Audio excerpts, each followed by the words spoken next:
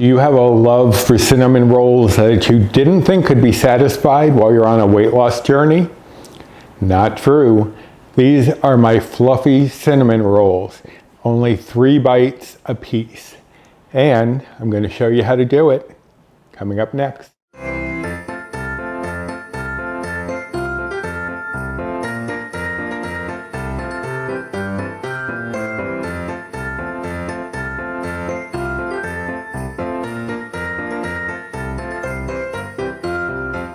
Hello and welcome to my kitchen. My name is Roy. I am a home cook and amateur baker, and I am here on this channel sharing recipes that have helped me to lose over 125 pounds, whether those recipes are mine or someone else's. Today is one of mine, and it is a version of the dough that I did for the light biscuits last week. So if you haven't seen that video, I definitely recommend that one. I'll leave a card up here as well as a link down below. So what I'm going to be making today are cinnamon rolls that are fluffy cinnamon rolls. I've had some with the 2-ingredient dough, and they don't have that fluffy texture you really want in a cinnamon roll. These have it. So what we're going to do is do a variation, as I said, of the biscuit dough. Then we have a filling and a topping, or an icing, that's going to go on it. Now, I did come up with 3 variations for fall. I have pumpkin spice rolls, I have apple cinnamon rolls, and I am still working on the maple rolls. I need to tweak a couple of things, but hopefully by the time this video is out, I will have corrected that, and all of those recipes will also be on the blog. And the link to my recipe blog is down in the description box if you want to find the recipes and print them out. Now I will discuss the ingredients we have here, and then as we go along, I will talk a little bit about differences in the apple and pumpkin versions and possibly the maple. But let us go over the ingredients. For the dough, we have, as we did with the biscuits, a 1/4 cup of non-fat Greek yogurt and 2 tablespoons of almond milk. I have already put them in a bowl together. They've been out of the refrigerator about 15-20 minutes so they can come up to room temperature a little bit and make it easier to mix them together. There is a cup of self-rising flour, or if you know me, you know I don't buy self-rising flour, which is sometimes difficult to get here in the Northeast. So I make my own, which is 1 cup of all-purpose flour, 1/2 teaspoon of salt, and 1.5 teaspoons of baking powder. Not baking soda, baking powder. And I will leave that little recipe for mixing that together down in the description box as well. That way I don't have to have 2 different types of flour on hand. I can have just my all-purpose flour, which I use for many things, and make my own self-rising flour and not have to worry about having 2 separate ones. And then we have the seltzer here, which, as you know, if you saw the biscuit recipe, is the secret in making these light and fluffy. Some people have asked what seltzer is. It's just a bubbly, non-flavored water. You could also probably use like a club soda, but typically they're found with the sodas. There are even flavored ones, but you could also try using the flavored seltzer. If diet soda wasn't that strong of a flavor, I doubt the seltzer would. The one I would probably stay away from is like a lemon or a lime. Well, the 2, I guess. The 2 I would probably stay away from are lemon and lime, because a lot of times those have a very artificial flavor, almost like furniture polish kind of flavor. So I would probably stay away from them and go with something else. But, you know, the world's your oyster. You do as you'd like to do. Now, the 2 ingredients we're adding to this dough Right now, that is the biscuit dough or pizza. Someone did make pizza with it, and that's what I'm going to be doing myself later today. But this right here is the basic 4-ingredient dough, I guess. What we're adding, because these are sweet treats, is 2 tablespoons of a sugar replacement. I'm using Swerve. That's a 1-to-1 replacement for sugar.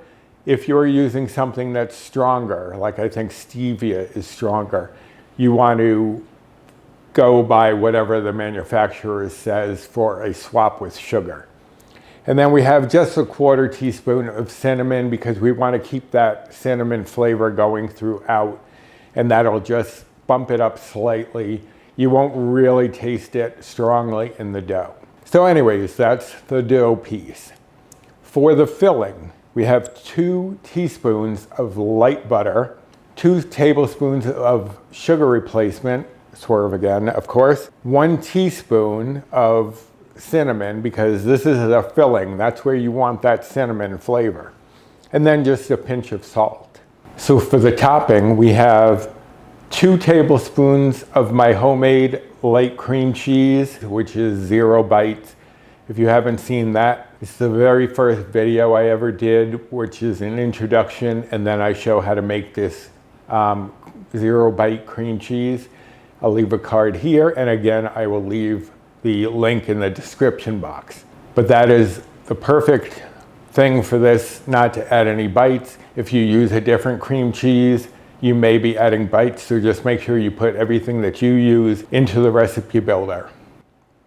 We have 1 tablespoon of sugar replacement, Swerve, and then just a 1/2 teaspoon of vanilla just to give it a little bump in flavor.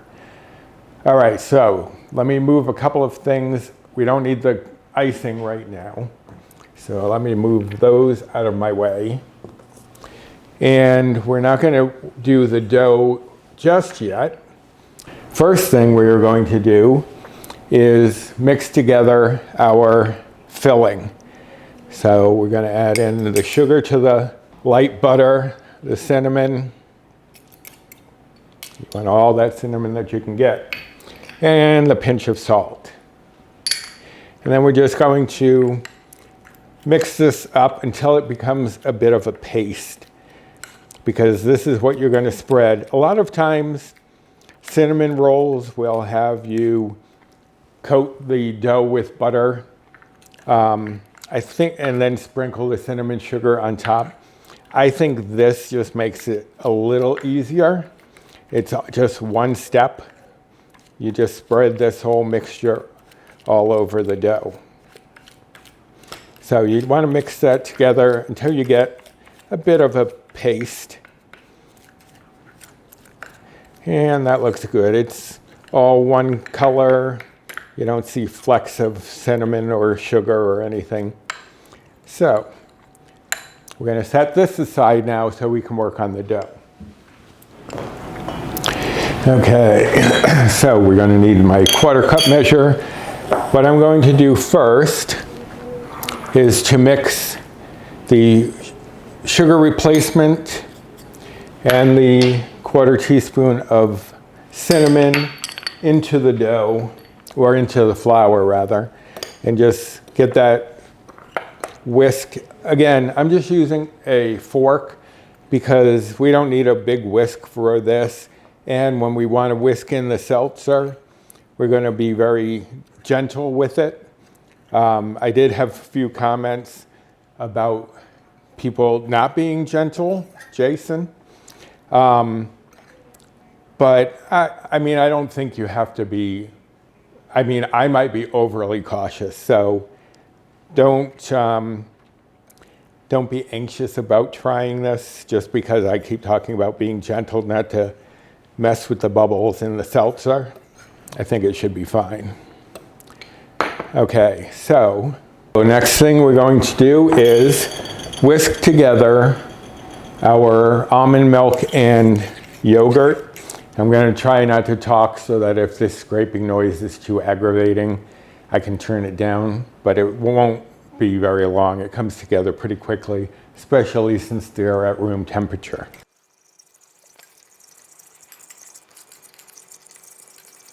Okay, that was pretty quick. So then, the reason we mix those together, if you didn't see the biscuit dough, the biscuit recipe, is you're going to add in the seltzer and you don't want to disturb the bubbles if you can help it. I mean, you're going to have to disturb them somewhat, but you don't want to break up too many of them because this is what's going to give us that nice fluffy lift. So by mixing that together first, we don't have to overwork with the seltzer in there and possibly destroy some of the bubbles. So we're just going to add, and hopefully my hands, my arms are going to cooperate with me. I just want a 1/4 cup in there. Not bad. Whoop, I spoke too soon. Okay, get out of my way before I do something like throw you the whole can in here. So we're just going to lightly whisk this together. Like I said, you're trying not to disturb all those bubbles, and that's it. I mean, because the other two ingredients were already homogeneous, whisking this in is very easy. So now we add in the flour mixture. And we're going to gently toss these around because you want to fold gently. Now folding is you go to the outside, scrape under, and then pull up. So if you've heard folding but you weren't really sure, that makes me think of Schitt's Creek. I don't know if you've watched that show where Moira and David were trying to cook and they couldn't figure out what folding meant. This is what it means. So you're just going to take the bowl, run your fork around the outside, down under, and flip it over. So you're basically just trying to get everything coated. Now we're just going to press down to try to make it into a cohesive ball of dough.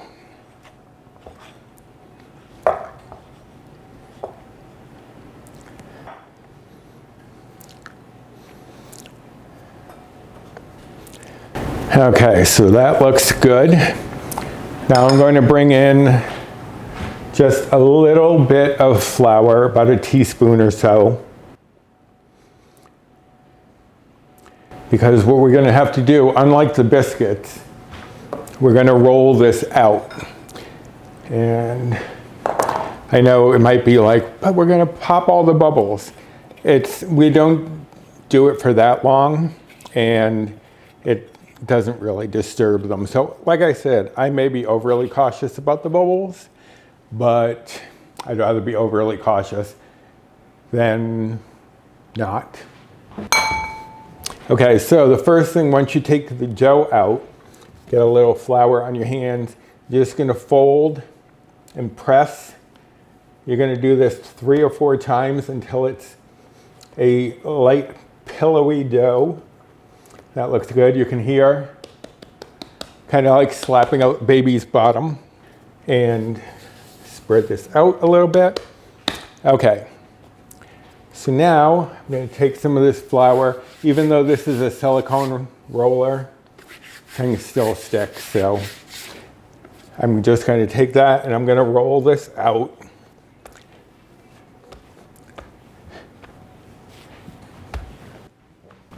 And you want to try to form a bit of a rectangle.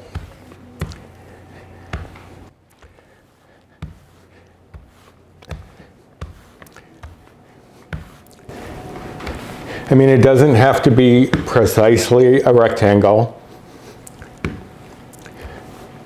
And actually, let me get my ruler so I can see what size this is. So this is about an 11 by 7 slab of dough. And now we are going to bring in the filling and we are going to spread that all over.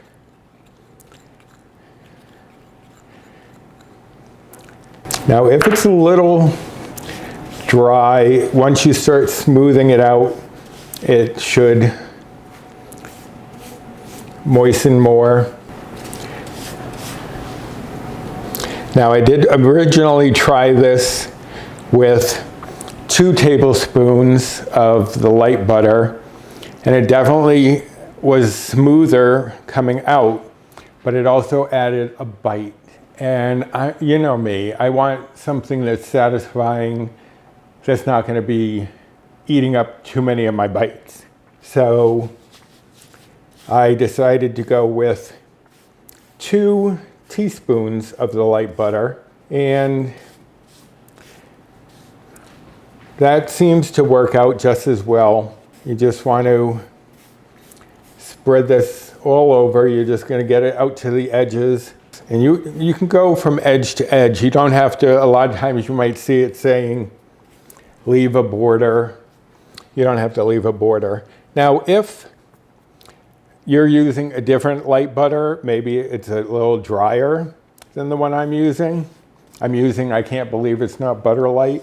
If you find that the mixture is too dry for you to spread out, all you need to do is just add a little bit of almond milk, or maybe even some of the seltzer, just to soften it up a little bit, make it more spreadable. That's all. Okay, now I'm going to use my bench scraper. You don't have to have a bench scraper. You could use a spatula. In fact, since maybe a lot of you don't have a bench scraper, let me do it with my spatula instead so I can show you with the tools that you may have at hand. Hold on one second. Okay, so just going to take my spatula and you're going to start rolling it up. And you need the spatula to help get it off the counter. Because some of it may have stuck even though we did put flour down. So you're going to start at the short end, not the longer end, and you're going to roll up from there.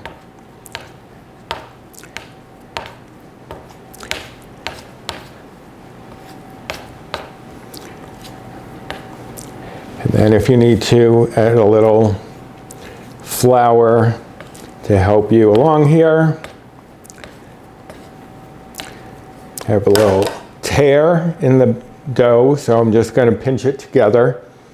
It just stuck a little bit to the board, no big deal. Don't stress out about it, it's just food. Okay, so there you have a log. Now you can see this end is a little thinner than this end, so I'm going to stretch it out a little bit and make it a little more even. And then I'll push this end in, just play around with it a little bit to get it even. Now, then you're going to cut it into 4 pieces.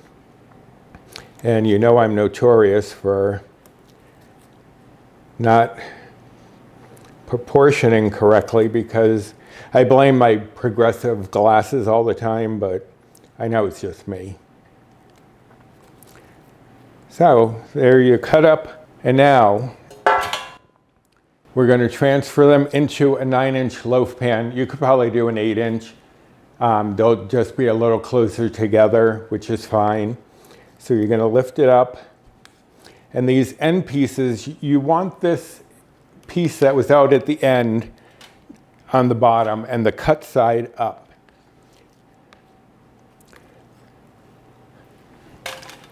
And what you're going to do is stagger the rolls, and I'll show you that in one second, what I mean by staggering it. Because you don't want them sitting right on top of each other. So see, this is what I mean by staggering is one's here, one's there, one's here, one's there. And in the recipe, I put a little diagram with X's of where to put the rolls in the pan. So I'm going to put the smaller ones, which for some reason the middle always seems to be smaller for me.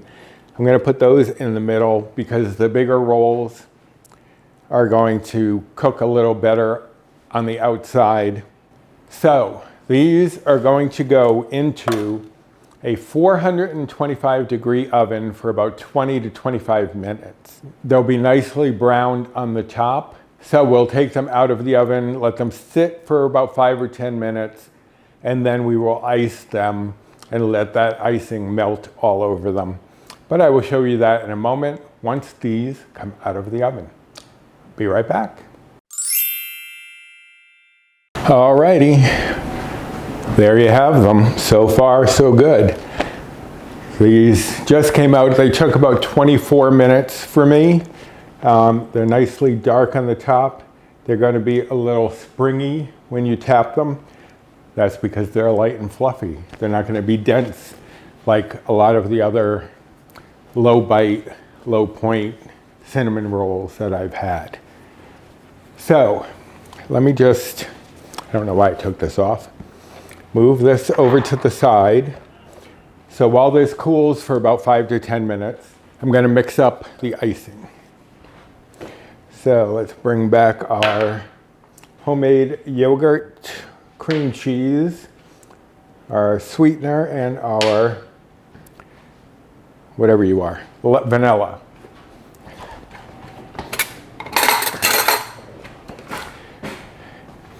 And now we're just kind of basically blend it all together. This is one problem with artificial sweeteners as opposed to sugar. If you let them sit out for a while, like while I'm prepping for this video, they can get a little clumpy, but just break them up and it's fine. So add in the sweetener and the vanilla, and we're just gonna blend this into a smooth paste.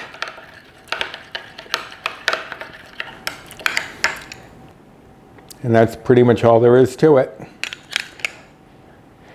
Now, once these have cooled for 5-10 minutes, I will be back and we will frost them, and then I will give you all the details on the nutrition facts. Okay, so it's been about 8 minutes. The pan is warm but cool enough to touch, so this should be fine. And I noticed while I was setting the timer that I had left my drink back there right in the shot. So I figured I'd show you that this is what I made this time with the extra seltzer. If you saw the biscuit recipe, I showed how to make a soda with the rest of it using half a packet of drink mix. This one is the Starburst All Pink. It's one of my favorite flavors. And this one was actually a gift from a friend of mine, Miss Paula. So if you're out there, hello, Miss Paula. So I've been enjoying that during the break, but now the break is over. So we are going to take our cream cheese icing and just pour that on top of these cinnamon rolls.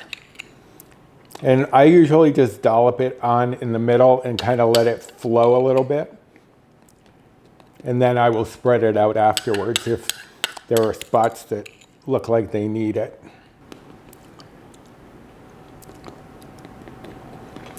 So you can wait longer than 10 minutes to ice these. The thing about icing them while they're still warm is that some of that creaminess from the cream cheese kind of settles into the nooks and crannies of the cinnamon roll. So that is looking perfect. Now I will tell you the bites on these, as I said, 3 bites. If you had 2 of these, it'd be 7 because of that iTrack Bites WW math. Now, if you make the apple or the pumpkin, those are 3 bites, whether you have 1 or 2. So 2 would be 6 bites. And it all comes down to using that late butter, even though we used a very small amount of it. So in regards to the apple and pumpkin, what you're going to do for those fillings, it'll all be in the recipe, But also, if you saw my apple cinnamon cream cheese and the pumpkin cream cheese I just did along with a pumpkin butter on Wednesday, you'll have seen that I cooked a lot of the moisture out of the applesauce and of the pumpkin. You're going to be doing that same thing. So it is an additional step to make the filling there, but it is definitely worth it. They both have great flavor, and especially if you want a fall take on a cinnamon roll, that is the way to go. Still working on the maple, and I'm thinking I may have to do something similar with the maple. But I don't want to use extracts if I can help it, because I know a lot of people don't want to go out of their way for certain things. So I'm trying to make things that are more accessible to everyone. I may need to resort to an extract, but I'm going to try without. But let me show you one of these buns.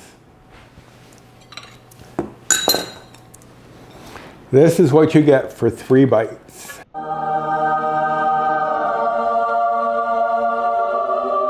A lovely iced cinnamon roll, nice and fluffy. You can see I'm squeezing it, and it's got some give to it, just what you want in a cinnamon roll. I've gone over the bites, but for the calories, each one of these is 135 calories. If you're following macros, the fat would be 1.1 grams, the carbs would be 36.4 grams, and the protein would be 5.4 grams. Now, for the apple and pumpkin, I will have those listed on the blog. And again, the link to the blog is down below where you can find all of my recipes. So, I hope that you enjoyed this, and I hope you will give me a thumbs up. Thumbs up for cinnamon rolls. And also subscribe to the channel if you haven't yet and you're looking for tasty treats like this that you can have on a weight loss journey. Also, hit the notification bell for the next time I upload any sort of video. Comment down below if you enjoy a good cinnamon roll, if you're looking forward to the apple or pumpkin versions instead of the plain cinnamon. It's your call. You have options. Also, follow me over on Instagram. My handle is here, and there are 2 Facebook groups that I am a part of. One is Recipes with Roy, and the other is Finding Our Way, W-E-I-G-H. That one I co-admin with Jennifer Lynn from the Jennifer Lynn channel and Bree Coleman from Balancing Life with Bree. So I hope you are going to give this a try. Definitely a go-to for me now. I've already made 4 batches. Granted, I'm experimenting, but they're worth it. So I'm going to go enjoy my cinnamon roll, and I guess I can spare 1 or 2 for Paul. So until next time, bye.